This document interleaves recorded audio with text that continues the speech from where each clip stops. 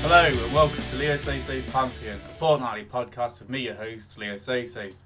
Please don't forget to like and subscribe. Today we are joined by a special guest, Plant4000, real name Denny, but also known as P4K. P4K is a botanist with his own YouTube channel which serves as his base for discussing his passion for plants. We are also joined by P4K's friend and professional associate, Midge, also known as Flowerhead10. Both of you, welcome to the show. Thanks for being here. Big fan of the show. Oh, thank you. Good to know. I listened to all the episodes, all the past episodes this morning on my way to work. Yeah, great job with the show so far. Yeah, thank you. Well, I guess first of all, I'll just point out that what I'll do is I'll put a link to your YouTube channel in the description below. Do you have one as well, Flowerhead10? No, I don't. I got rid of it. So basically, what happened was I went for a bit of a phase of making conspiracy theory videos, and it just wasn't really working out. So okay, I decided to just put an end to the whole lot. So sorry about that, guys.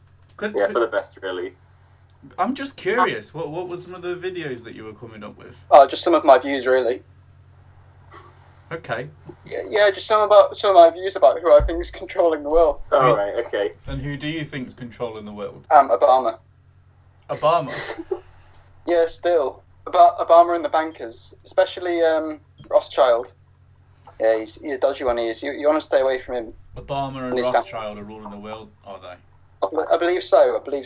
What were your reasons for taking the videos down? Got a bit worried about interference with the feds, so I've decided it's best just to call it a day, put it to bed. I'd rather not talk about it, to be honest, because it's a bit of a sensitive subject for me, so if we want to just talk about the plants, that'd be great. Sure, okay, well, I'll just go into the first question then. So I guess, first of all, Denny, you came onto the YouTube scene about 3 years ago, is that correct? That's right, yeah. My first video was, I think, 3 years today, actually. This is the anniversary, really? third anniversary, yeah. Oh, wow, it's quite a celebration then. It's great timing for the interview, actually. Yeah. Well, can you tell us a bit about your botany background before the vlogging world? Yeah, you'll learn a lot. You'll learn a lot from Denny. He's got the experience. Yeah. Go ahead, Denny. Fire away, yeah. Show him how it is. Okay, will do, Midge. It's quite a long story, so I'll give you the quick version because I assume you've got a few other questions that you're gonna want to ask me. Well, it all started in plenty of time. Okay, long version it is. So I first took an interest in plants and originally it was plants and also small animals. Yeah, it pretty much started in primary school. I had this great teacher called Mr. Molesbury who really ignited the passion for plants, and it was basically plants and small animals originally that I was really interested in. And I had a channel actually when I was about 15 that was mostly about small animals. Was that a YouTube channel then? Sorry, that was a YouTube channel as well. It was mostly on videotapes, but in a way it was a channel. But it started then with those little home movies of small animals. I'd just go around to my mates' houses and just if they had like a hamster, I'd ask him if I could. Sometimes I wouldn't ask him if I could film. Yeah, you did with me, didn't you, Denny, with my gerbil? Yeah, I did it with you. What was he called again? Ross or something. I can't remember. Ross. Yeah, Ross. Yeah, we had a few. I remember at one point we had about 3 at a time. But all right, Mitch. It's me. It's just he asked me the questions. Sorry, Dan. No, it's all right. We'll get to you. So I've made these home movies, but my interest, I think, kind of turns to mostly to plants when Mr. Molesbury took me to his allotment after school. Because Mr. Molesbury was sort of a family friend as well, and I remember one weekend he took me there, me and my brother, and I just remember being overwhelmed by the greenery and the idea of living off the land and growing your own vegetables and making a meal from scratch, that kind of thing. And that kind of gave me a real interest into plants. So it was the idea of being self-sustainable almost that created the passion for plants because you were around nature so much.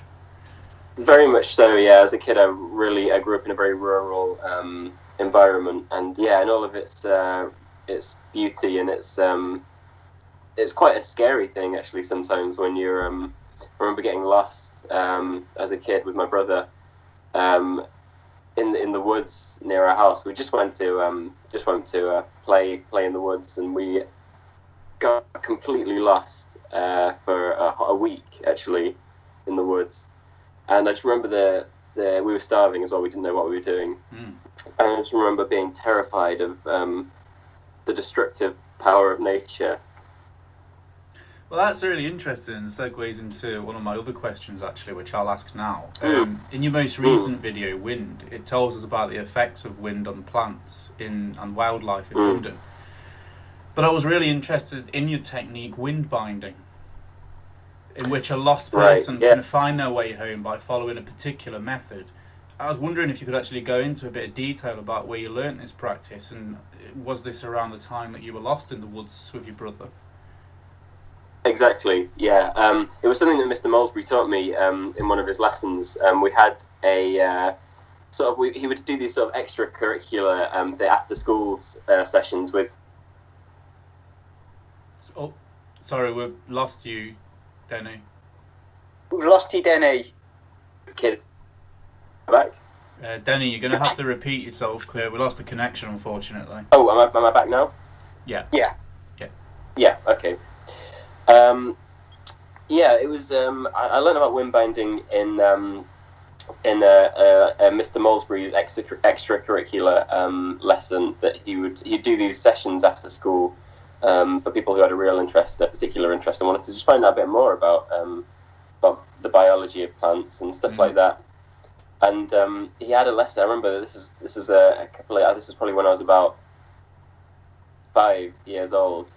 I think when I first heard about wind binding, and I remember he took us out into the playground, and he basically told us that nature is magic, and everyone can tap into it if they know how. And this basically started. He was kind of. It's almost like he started to peel back the layers of the onion, revealing the kind of essential truth of what is around us, but most people don't take any notice of the real magic in nature. Could you go into a bit more detail about the onion, and as the layers were peeled back, what were the truths that you found? That's an interesting question. The onion. The onion is an interesting symbol. It's one of the first things you taught me, wasn't it, about the onion and unraveling the layers? Yeah, it's almost like I felt like until that point, for the first 6 or 7 years of my life, until I met Mr. Molesbury and these kind of lessons started, that I was walking around with my eyes closed almost, not really seeing the beauty and the raw power of what was around me, and not being able to tap into it. And now I feel like it's almost like I've been living my life without. I've kind of found a sixth sense almost, I would say now. I agree. Yeah, I mean, I'm sure I've told Midge a little bit of what I know, a little bit. So yeah, it really does feel like you kind of gained a new sense and a new way to connect with Mother Earth. Which is really interesting from a magic point of view, the idea of lifting a veil and seeing beyond the literal. Exactly. Yeah, exactly. And a lot of people go through their whole lives without ever noticing what is actually around them. These days as well, with technology, everyone looking at their phones. It's really sad. People are living their lives more in the screens than in the trees and the grass. I'm trying to keep us under control. Well, I was thinking that you Not both funny. have similar processes in a way, It's because a problem. We've got people on their phones all the time, and you think about it, they're so expensive. They're so expensive, and you can knock out £500 just to pay for this little piece of plastic in your hand. It's not funny. It's not funny, and well, in a way, Midge, what you're doing is you're trying to lift the veil in your own way, by the sounds of it. yeah, so you're right. I think that's what I feel like yeah. I'm kind of. This is almost reminding me of some of your old videos. Actually, this is some of the stuff you were talking about. Yeah, you know what? You go on the train, everyone's on their phones, no one's talking to each other. It's like, wake up! Just wake up! Yeah. What do people need to wake up to? They need to go back to basics and realise what life's all about. And it's about nature. And it's about how it's really amazing. You can't think about the future too much because it's too sad. It's interesting that what you're both talking about here is getting back to basics, the idea of sort of living amongst nature. And in your most popular video, The Search for the Spoongrass, that documentary actually ends with you both deciding to become wild men. That's right. I think, in a way, that's what the whole video was about. The journey to kind of reconnect. Well, Because I think Certainly, that wasn't my perception of the film. My understanding was that you'd been snubbed by the Global Plant Board of Directors, and The Search for the Spoongrass was your attempt to put yourself back on the academic radar. Right. Oh, well, I'd just like to say, first of all, it was my film, so I don't know who you are to really tell me what it was about. It's my art. That's fair enough. That was part of genuine self-discovery journey. I mean, for me anyway. What happened? Completely impromptu decision to just decide to stay there. I can't remember how long we stayed there, to be honest. I mean, that was a good couple of years ago. I was wondering what actually happened to the wild men idea. So we well, Midge, do you want to maybe explain what happened there? Yeah, okay, so I think what happened was, it must have been about August when we, so, you know, it's quite warm. You can sort of deal with it for a bit of time. But as soon as it got to about, beginning of September, I'd say. So it wasn't that long after, actually, was it? It was about a week. No, it's quite a while. Two and a half, I'd say. 2.5 weeks. I mean, basically, what happened was, well, we made love, and I think it kind of changed everything. I think the nature Right, maybe let's move it on. changed us. Next. But I think it's really great to address these things because I think, you know, as I think as a result of that film, or at least I like to think so, I got a job out of that. It doesn't pay minimum wage, but that's not the point. What job I don't know if the job was because of the video, to be honest. Pardon? Doesn't your uncle work at the garden centre? Yeah, but he saw the video. Right. Well, he saw your uncle, though, isn't he? So. No, but he saw that I have experience with nature and flowers. Right. So, Danny, it felt like you felt quite guarded about the when I asked the question about the Plant Board of Directors.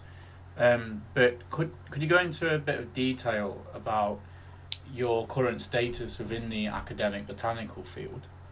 You don't have to if you don't want to, mate. No, I'll address it. I'm not going to run away from my demons. Honestly, it's not great at the minute. I've been. I don't know if you picked up in my latest video. I kind of mentioned that I'm in London now, which is where the board of directors are based. My initial thinking was if I move closer to them, they'll like me more. That was my initial thinking. I thought that if I'm in London, they'll think this guy's dedicated. What's the thing, isn't it? Everything's down in London. You're not going to find stuff like that in Leicester. Yeah, exactly. Yeah, I mean, there's no board of directors in Leicester. Is that about getting access to the meetings and the discussions that are going on? Exactly. There's a lot going on, and I wouldn't say break into the headquarters, but I did. It was a desperate night. I'd been in London for a couple of months, and kind of nothing was happening. I'd been sending letters, no response. So I just thought, you know what, I'll just go down there at night So I went down probably about 2 a.m. I went to the building. I'd had a couple of drinks, but I just thought that'll loosen me up. I'll be able to chat to, because I'm sometimes maybe come across a little bit guarded, a little bit shy, maybe. Well, they do call alcohol the social lubricant. So you're basically going to the headquarters at 2 a.m. You sound probably pissed. I wouldn't say pissed, but I'd had 3, 4, 5, 6 pints. But it's all right now because you've entered sobriety, right? Yeah, more or less. So anyway, I took a taxi to the headquarters in Soho, which cost me a bomb. I'll tell you that much. Cost me a bomb. Cost me a month's wages. And that's the London life. That's what that's what you're paying for. So what is your current job? This and that, just bits and bobs on the side. Do you not want to go into any detail? I'd rather not. No, that's okay. Okay. I guess I'm quite interested in moving the conversation on to your interview with Australian botanist Caroline David. Yes. In that interview, you discussed many types of Australian plants. Is this an area of the world that interests you in particular? Yeah, definitely. I think there's something very primal about the wildlife in Australia. I think it's a very untamed wilderness in parts that they have in Australia. And I actually visited Australia as a young boy. This was when I was maybe 7 years old. And I went with my family, and I think that was like kind of almost the next step from my lessons with my teacher, and it kind of showed me a different side to nature, because I talked about feeling overwhelmed, lost in the woods near just outside of Leicester, but in the outback, it's something else. It's just miles and miles of. They've got crazy stuff out there. Have you guys ever been? I've never been to Australia, actually. No. Nah. They've got crazy stuff out there. I mean, I mentioned it. I talked about a few things in the video. Koala grass. I think I mentioned koala grass in the video. It was actually koala leaf and kangaroo grass. I think it was koala grass, isn't it? I'm pretty sure it was koala leaf and kangaroo grass. No, I think I remember. You're forgetting about creeping, aren't you? Pardon? Creeping. That's the one that Caroline was talking about. Creeping. Creeping. Oh, creeping. I'm speaking to Leo. Creeping. I'm pretty sure it was koala leaf. Well, there's no point in doubting what he's Well, talking about, because you think he knows what he's talking about. He's the one who made the videos, did the research, and you're just here to ask the questions. And it's like, you really care. We're just doing this for your views, aren't we? We're doing this for your views and your channel and your ratings. And what does that say about you? Well, Midge. It's not fair, is it? Do you know what? I'm about sick of it. what are you All sick this of, all this disrespecting coming from you, and all the others that are doubting Denny's intentions. It's not right. He's a decent bloke, and do you know what? I love him. You sound hurt by some of the questions I've been asking, and the last thing I want to do is offend any of you. No, I'm not offended. So, look, it's all right, Midge. It's all right. Relentless. Whatever it was, I'm sure it was koala grass. But that's It besides doesn't make a the point. difference, does it? You know the facts. It's besides the point. Some of the things they say about you at work, Denny. It's Makes not my really blood besides the absolute point, is it? boil. When you're going around claiming to be a plant expert and you've been snubbed by the Global Plant Board of Directors, and Oh my God, this is exactly what I'm talking about. Using all this, like, you cannot even remember. You cannot even remember the name of the Australian plant. Look, the world's a big place, and it's full of plants, full of life, full of joy, full of sorrow, full of all these things, all these emotions, all these.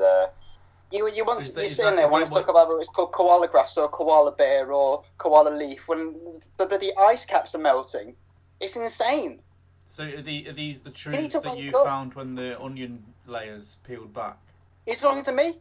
Both of you. Are you talking to Denny? Both of you.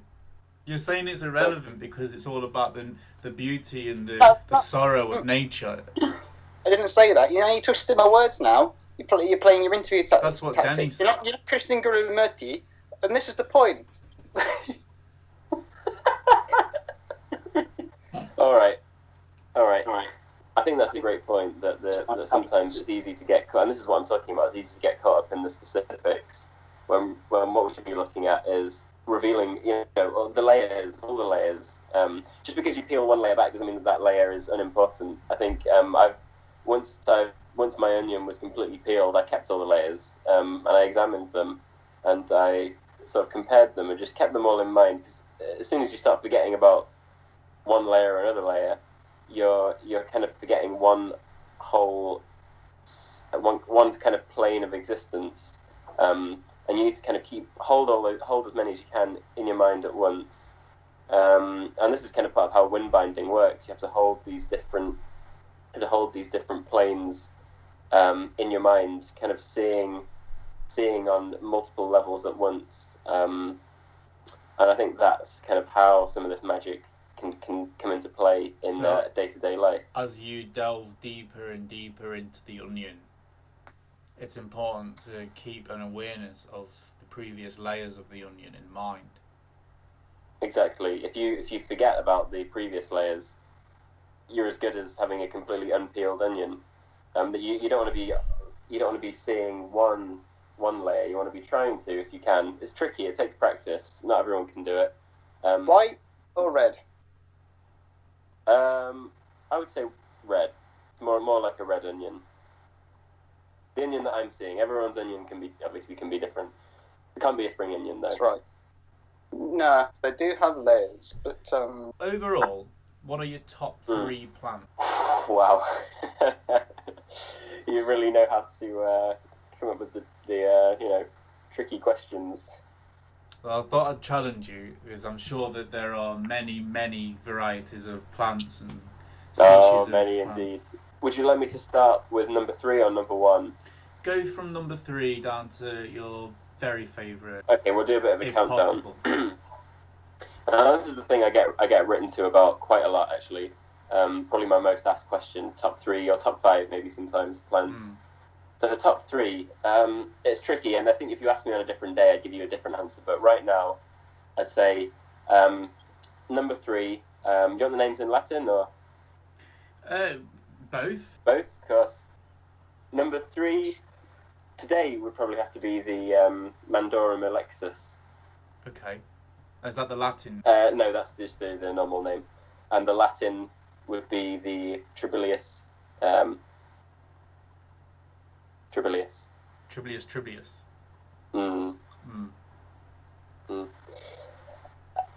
Which is quite common. You probably see them every day. They're just a kind of common garden plant. Beautiful red petals, and really loved by bees. Great pollen. Number 2. Number 2, I think I'm going to have to say the humble rose. The rose. Beautiful flower. The rose. And the Latin name for rose. And the Latin, Mendorum Basilius. Wasn't that number 3? No, Latins are very simple language. So a lot of the other words are simpler. Oh, we're getting some feedback. My apologies. I'm on my dad's laptop at the minute, so it's a little bit. It's quite. You're on your ancient. dad's laptop, are you? Yeah. So sorry if there's any. It's not the newest piece of technology. Is it your dad that you're living with in London then? Yeah. Yes. Yeah. Just for now. It's just until I. Anyway. Yeah. But besides the point. you have to justify yourself. Sorry. Cheers. And number 1? And number 1.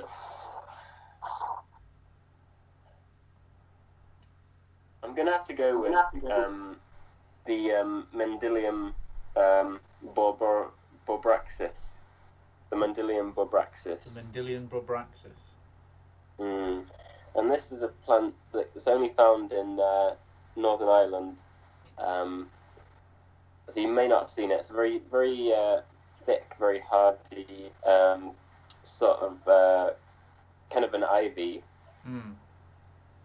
So it grows up sort of. You often find it growing on ruins, like castle ruins, things like that. It really likes stonework, and it really thrives in that sort of Not that you environment. ever should. It's very difficult to sort of pull apart, isn't it? You never should, but it's very No. difficult to sort of weigh a bit of the vine away from the main body of the plant.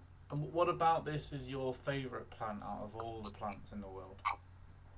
There's something quite poetic about the fact that it finds life. It lives its life in a place in the kind of skeleton of where people used to live, in the kind of remains of civilizations past.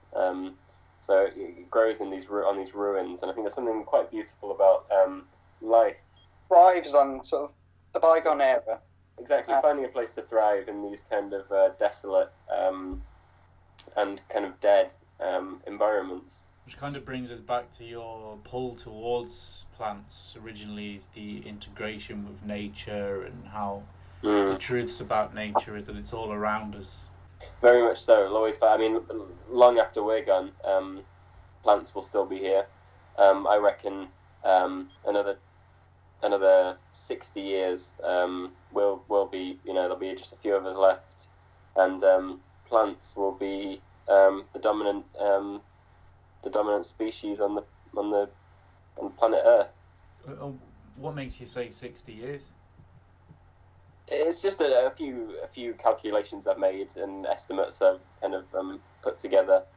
Just an educated guess. A few facts and figures that I've kind of referenced. Could you go into a bit of detail about this? Of course, yeah. There's no point having kids if that's what you're thinking. Pardon? Well, that's a tactical move, isn't it? There's no point in having children. You can if you want, but if nature is going to preserve itself and overtake us, hey, who knows? We might even build rocket ships and go to Mars. That's the thing I'm thinking. I think maybe 40, 50 years we'll start to be moving people off in great numbers to nearby planets. I think we're ruining the planet, and at a certain point we're going to have to just say, hey, this is me talking to the plants. Hey, you guys take it from here. We've done our best, and we've not done a great job. You guys, here's the keys to the city, as it were.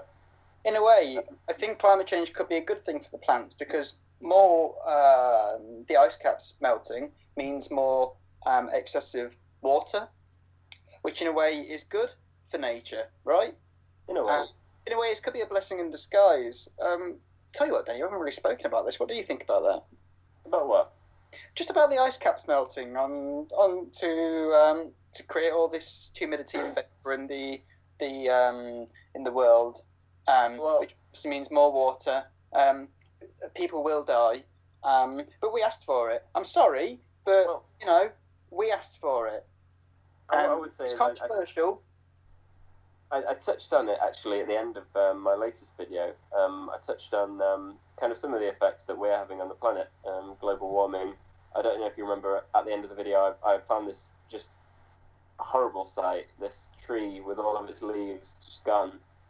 It was kind of a skeleton. Was it not just a tree in winter? It's really sad. Sorry? Could it just not have been a tree in winter? Oh, no. This was very different. This was. I mean, if you go back and watch the video, you'll see. This is much more to do with kind of CO2 and stuff like that. And is this type of stuff happening globally? Globally, yeah. Globally, yes. What's not to say so? If it's happening over in hilly fields in London, what's not to say it's happening in Leicester or of course in Hinckley and. Well, as somebody who's done videos and research into conspiracy theories, Mitch, I'm just curious about what your views on climate change are. Is this part of, is it our doing? Is it our mistake, or is this manufactured by Obama and Rothschild? It's a very good question. I have conflicting views about what climate change is and where it came from. I don't believe the president's remarks that it was an invention by the Chinese government, the Communist Party in China.